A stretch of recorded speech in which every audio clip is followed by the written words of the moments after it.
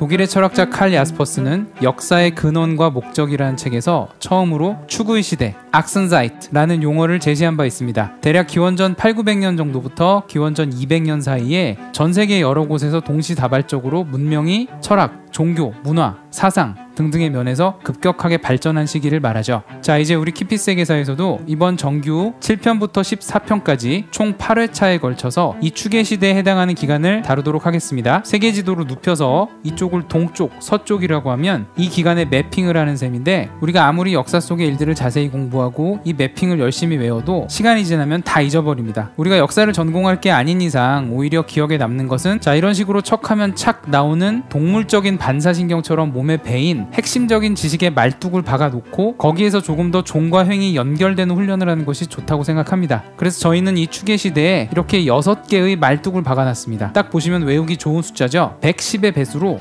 총 6개 해를 기타줄처럼 트랩을 놓고 우리가 시간과 공간의 종횡을 따라가되 여기에 걸리는 아주 핵심 이미지만 가지고 지나가는 겁니다. 우리 이미 하나 알죠? 기원전 660년 대략 유라시아 대륙의 서쪽엔 뭐가 있었죠? 아슈르바니팔입니다. 이런 식으로 오늘 770 춘추 전국에서는 기원전 770년과 기원전 660년의 두 가지 이미지를 가져가는 것을 목표로 할 거고요. 여기서 조금 더 여력이 되시는 분들은 이런 이미지를 몇 개만 더 가져가는 걸로 진행을 해보죠. 안녕하세요. 키핏세계사의 키핏입니다. 오늘 정규 7편, 오늘의 키핏은 기원전 770 하면 나오는 어떤 정보, 그리고 기원전 660 하면 나오는 어떤 인물, 이 두 가지만 알고 갈게요. 그리고 기원전 660, 우리 이미 한 명은 알고 있습니다. 저 아시리아의 아슈르바니팔. 미션 1. 춘추 전국시대의 시대 구분.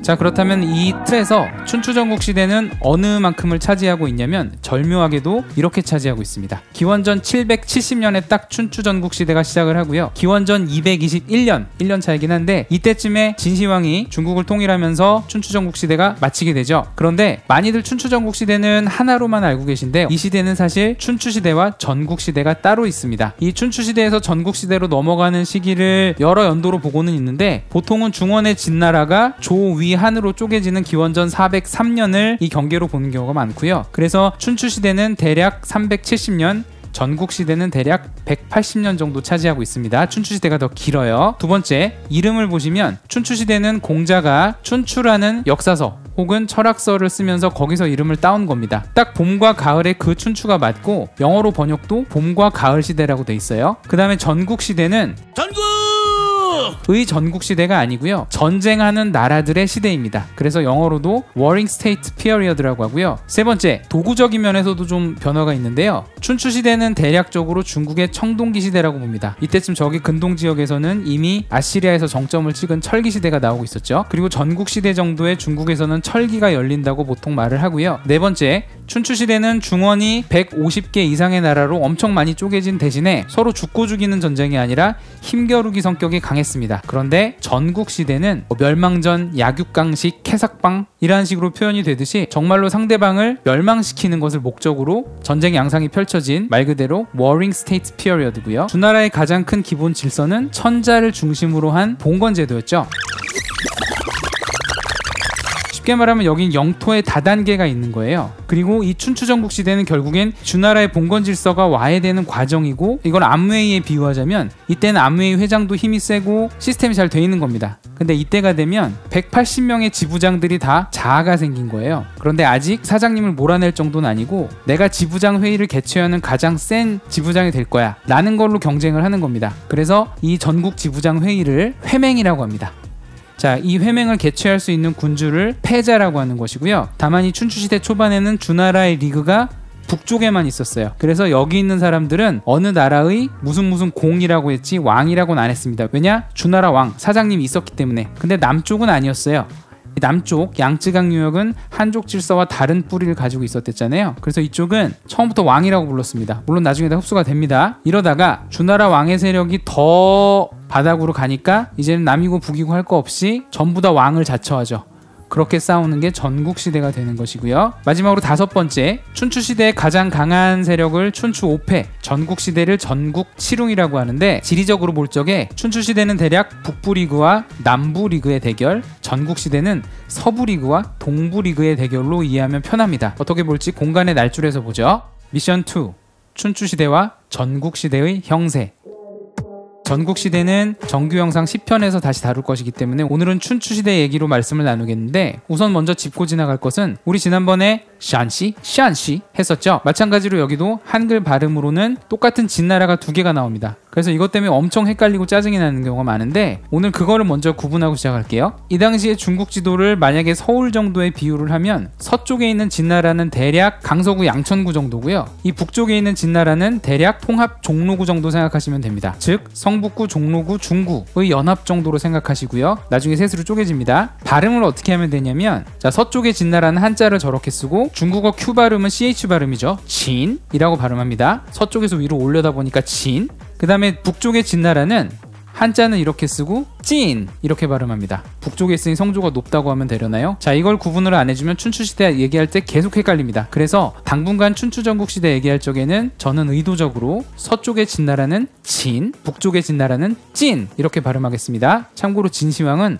서쪽의 진 시황입니다. 말 나온 김에 몇 가지 나라들의 공간적 이미지를 보시면 중국 대륙의 산둥반도 튀어나왔잖아요. 거기가 제 나라입니다. 서울로 치면 대략 광진구나 강동구 정도 느낌이고요. 워커힐, 그 자리를 제 나라라고 생각하시면 돼요. 그 다음에 오나라랑 월나라는 저 양쯔강 남쪽, 서울로 치자면 분당하고 동탄 정도 생각하시면 돼요. 그리고 그 외에도 초나라는 범강남 지역을 생각하시면 됩니다. 여기 관악 동작에서부터 강남 송파까지 생각하시면 되고, 연나라는 패권을 차지한 적은 없지만 우리 입장에선 중요하죠. 왜냐하면 연산산맥과 난하를 넘어서 우리 고조선이 있었거든요. 그래서 연나라는 한자는 다르지만 우리와 연하고 있으니까 연나라겠구나, 대략 노원구 정도 되겠구나 생각하시면 되고요. 자, 춘추시대는 남북의 대결이랬잖아요. 대략 이렇게 끊어서 아직 저쪽은 주인공이 아니고요, 크게 보면 남쪽의 초나라와 북쪽의 찐 나라의 대결입니다. 그리고 전국시대는 서부와 동부의 대결이랬잖아요. 이 방화동, 염창동에 해당되는 진 나라가 힘을 키워서 나머지 6나라를 다 먹어버리는 게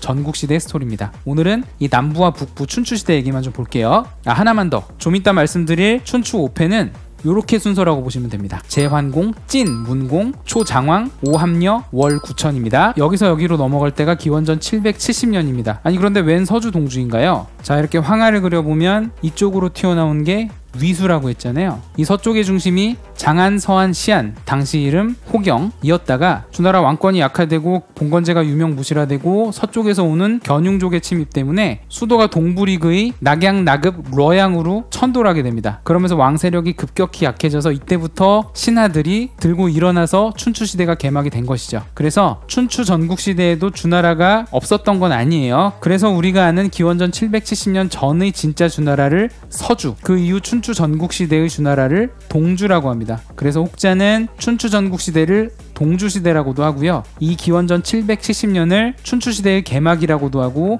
동주시대의 시작이라고도 하고 호경에서 나급으로의 천도라고도 말합니다. 기억해보시죠. 기원전 770년은 춘추시대의 시작입니다. 자, 우리 춘추시대는 나라가 굉장히 많다고 했죠. 아무리 복잡해도 우선 랜드마크 강부터 보죠. 황하가 이렇게 있고 여기가 위수고요. 자, 그리고 양쯔강 자세히 이야기 안 했었는데 대략 이렇게 크게 W자를 이루면서 여기쯤 가장 튀어나온 데로 떨어지면 이게 양쯔강이에요. 이 랜드마크로 보면, 자, 산둥반도 제나라, 그 다음에 범 종로구 쪽 중원을 차지하고 있는 찐 나라, 그 다음에 강서 양천구 위수를 차지하고 있는 진, 그 다음에 범 강남구 양쯔강 유역의 초, 대략 양쯔강 이남 분당과 동탄에 해당하는 오나라와 월나라가 이렇게 구성이 돼 있고, 참고로 베트남을 월남이라고 하잖아요. 이 월남이란 이름이 월나라보다 더 남쪽에 있기 때문이라는 얘기가 있죠. 그리고 우리 입장에서 맞닿아 있는 연나라, 이 연나라와 고조선의 경계는 이렇게 표기가 되는데 좀 논란의 소지가 있습니다. 자, 이외에도 송나라, 정나라 등등 작은 나라들이 굉장히 많고요. 자, 여기서 잠깐 춘추 5패 말씀을 드리면, 이 춘추 5패는 동시대에 경쟁했던 5세력이 아니에요. 이 자하가 생긴 수많은 지부장들이 회맹을 개최하는 패자가 되기 위해서 경쟁을 했대잖아요. 그래서 수많은 패자들이 존재하는데 그 중에 가장 유명한 패자 5명을 시기순으로 뽑은 게 춘추 5패고요. 그래서 춘추 5패는 역사가들마다 조금 다르게 매깁니다. 미션 3 춘추 5패. 자, 이제 춘추 5패 이야기를 3분 안에 빠르게 지나가겠습니다. 이분들 굉장히 재밌는 얘기가 많은데 오늘 우리의 목적은 시간과 공간의 매핑을 하는 거예요. 자, 우선 제위기간 기준으로 제나라 환공이 기원전 660년 전후에 첫 번째 패자가 됩니다. 그리고 그 뒤를 잇는 게 종로구의 찐 문공이고요. 그리고 세 번째 패자가 범 강남 쪽의 초나라 장왕입니다. 이름에서 알 수 있듯이 양쯔강 세력이라는 걸 알 수 있죠. 그리고 조금 시간이 떠서 오나라의 함려라는 패자가 나오고 그의 라이벌로 월나라의 구천이 있습니다. 분단과 동탄의 대결이죠. 이 중에 단 한 명만 기억할 것. 제환공은 아슈르바니팔과 동시대 사람입니다. 이건 머릿속에 넣어두세요. 제환공 기원전 660 아슈르바니팔. 자, 이제는 공간의 날줄에서 아주 간략하게 각 인물의 시간, 공간, 대표 인물, 사자성어만 짚고 지나갈게요. 우선 첫 번째, 제환공. 기원전 660년이고 산둥반도 지역이고 제환공의 가장 유명한 이야기는 관중과 포수가 이야기죠. 여기서 나온 얘기가 관포지교고요. 그 다음이 범종로구에 해당하는 찐 문공입니다. 이 문공은 왕이 되기 전에 무려 19년이나 도망 생활을 하던 것으로 유명하고 문공도 굉장히 대단한 분인데 문공에서 가장 유명한 이야기는 계자추라는 참모의 이야기죠. 문공이 도망 생활을 할 적에 너무 배가 고파서 이 계자추가 자신의 허벅다리살을 띄어다가 문공을 먹인 이야기가 유명하고 거기서 나온 고사성어가 할고봉군이고요. 세 번째 패자는 범강남구 초나라의 장왕입니다. 이 초나라는 이 전통적인 한족과는 좀 다른 베이스를 가지고 있고요. 초나라 장왕은 궁중이 굉장히 어수선한 때 너무 어린 나이에 즉위를 했어요. 그런데 이 어린 장왕이 무려 3년 동안이나 술과 향락에 찌들어 살고 정사를 돌보지 않았죠. 참다 못한 신하 오거가 초장왕에게 3년이나 새가 날지도 울지도 않는데 이거 어떻게 하면 좋습니까? 했더니 있어봐라. 좀 더 기다리면 더 높이 날아올 것이다. 그리고 몇 달 후에 또 다른 신하 소중이 이제는 그만하셔야 되지 않겠습니까? 라고 목숨을 건 간언을 했고 그제서야 초장왕은 갑자기 모든 향락을 끊어버립니다. 그리고 자신이 향락에 빠져있을 적에 간신이던 사람들을 전부 다 쳐내고 진짜 충신을 등용을 해서 초나라의 부국 강병을 이뤘죠. 자기가 어린 시절엔 세력이 약하니까 망나니인 척을 하면서 신하들의 옥석을 가려냈던 거죠. 그리고 초나라 장왕의 대표적인 재상이 유명한 손숙오죠. 그리고 이제 시간이 좀 지나서 양쯔강 이남의 오나라와 월나라의 대결 구도가 펼쳐지죠. 이 얘기가 유명한 와신상담이죠. 그래서 오나라와 월나라는 사자성어가 유명한 게 많은데 사이가 좋지 않은 오나라와 월나라 사람이 같은 배를 탔다. 오월동주. 그리고 월나라 구천이 함녀의 아들 부차에게 복수를 성공한 후에 자신의 공신들을 팽하게 되죠. 이때 나온 얘기가 그 유명한 토사구팽입니다. 자, 그래서 춘추 오패의 공간적 맥락과 시간적 이미지를 좀 가지고 가셨으면 좋겠고 다시 강조, 기원전 660에는 제환공과 아슈르바니팔이 동시대 인물이더라. 미션 4. 기원전 770년의 국제정세. 지금의 국제정세는 굉장히 동시대 할 얘기가 많은데 이 당시에는 기록이 아직도 좀 제한이 돼 있었기 때문에 몇 가지만 볼게요. 기원전 770년에 중국에서는 주나라가 호경에서 나급으로 천도해서 동주시대가 열리고 즉 춘추 전국시대가 열렸고요. 이거 오늘 기억하실 필요는 없는데 대략 이 시기에 조금 앞쪽에 그리스의 고대 올림픽이 시작이 됐습니다. 즉 암흑시대가 끝났다는 뜻이고요. 그리고 대략 기원전 770년이 조금 지난 시기에 로마가 건국합니다. 이 늑대전 먹는 사진 아시죠? 지도에서 보시면 자, 주나라가 서쪽에서 동쪽으로 천도를 하면서 춘추시대가 열리고요. 인도는 이때쯤 베다시대의 후반기를 맞이하고 있었고 이 근동지역은 아시리아가 이 지역을 제패하고 있었습니다. 물론 아직 바빌로니아 세력은 조금 남아있긴 했었고요. 이 시기에 이집트는 신앙조가 끝나고 제3중간기의 혼란기였는데 아주 차례로 외부 세력에게 정복을 당합니다. 기원전 770년 직전에는 리비아 쪽에 정복을 당하고요. 이 시기가 지나면 남쪽, 지금의 수단, 그 당시에 누비아 쪽에서 올라온 쿠시 왕조의 정복을 당하게 됩니다. 그리고 기원전 770년 직전에 드디어 그리스의 암흑시대가 끝나고 고대 올림픽이 열리기 시작을 하고 전설상의 얘기긴 하지만 기원전 753년에 이탈리아 반도 중부에 로마라는 작은 불합국가가 생겨나기 시작합니다. 그래서 기원전 770의 이미지는 이렇게 떠올리면 되는데 어차피 저 서쪽은 나중에 할 거니까 오늘은 하나만 기억하세요. 기원전 770 하면 춘추시대의 시작 혹은 서주에서 동주로의 변화. 미션 5. 기원전 660년의 국제정세.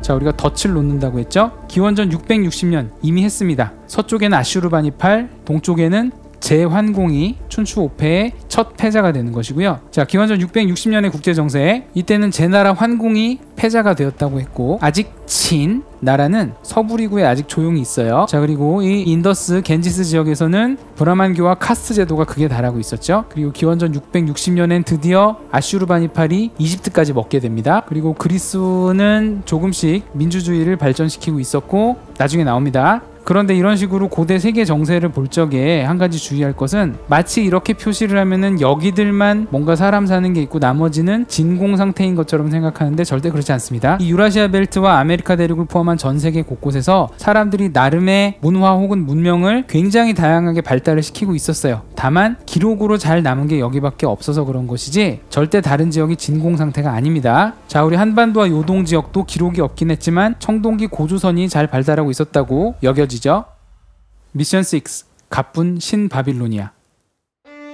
지난번에 기원전 800년 이후로 수바하신 고중신 중에서 가장 뒤에 있는 아시리아 신바빌로니아 이야기를 했었고요. 이것을 오늘의 틀에 대입을 해보면 춘추시대 중반쯤에 신바빌로니아가 등장하는데, 신바빌로니아는 되게 존속기간이 짧아요. 메디아 왕국과 힘을 합쳐서 아시리아를 멸망시키긴 했는데 치세가 100년도 가지 않고 그 뒤에 나올 끝판왕에게 멸망하죠. 끝판왕 얘기는 다음 시간에 할 거고요. 신바빌로니아는 대표적인 왕 한 명만 알아도 무방합니다. 네부카드네자르 2세 느부갓네살이고요. 대략 초장왕하고 비슷한 때입니다. 이 네부카드네자르 2세는 기원전 550년 직전에 재위했습니다. 나중에 바빌론 유수 때 참고할 게 있을 거예요. 왼쪽이 아시리아 최대 전성기, 오른쪽이 그 뒤를 잠깐 이었던 신바빌로니아 최대 전성기고요. 주목할 것은 아시리아는 잠깐이나마 이집트를 먹었었고요. 신바빌로니아는 이집트는 먹지 못했어요. 반대로 아시리아는 북이스라엘은 먹었으나 남유다는 먹지 못했댔죠. 그런데 신바빌로니아는 남유다까지 정복했습니다. 그래서 여기에 있는 히브리인들을 바빌론 쪽으로 50년 동안이나 대거 납치해 온 것이 그 유명한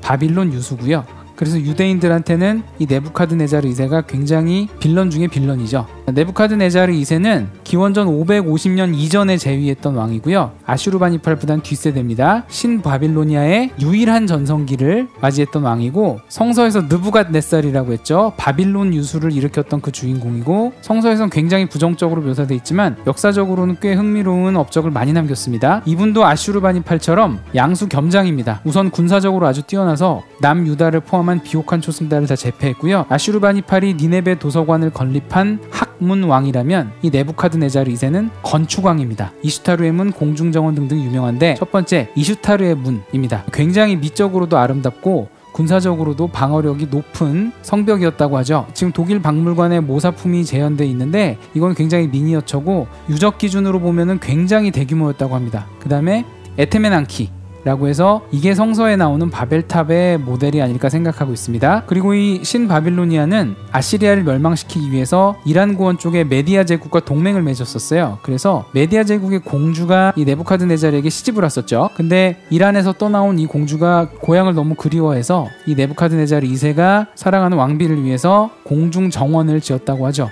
흔히 세계 7대 불가사의 중에 하나라고 하는데, 두 번째 성서에서는 아무래도 유명한 건 바빌론 유수죠. 유수는 captivity, 납치해왔다는 뜻입니다. 나중에 이를 본따서 아비뇽 유수도 나오죠. 어쨌든 유대인 기준으로는 굉장히 악마 같은 사람이고, 이 시기에 유태인, 히브리인들의 고생을 모티브로 해서 만든 작품이 주세페 베르디의 오페라 나부코입니다. 네부카드네자르를 이탈리아어로 발음하면 나부코로 시작을 한다고 하죠. 그 다음에 우리 팝송 중에 리버 오브 바빌론이라는 노래 있죠. 이것도 신바빌로니아 때 노래입니다. 우리가 아는 바빌로니아 이미지의 대부분은 이 신바빌로니아 때, 그것도 네부카드네자르 2세 때 이미지라고 생각하면 크게 틀리지 않습니다. 그 외에 유명한 건 저 앞에 고 바빌로니아의 함무라비 정도고요.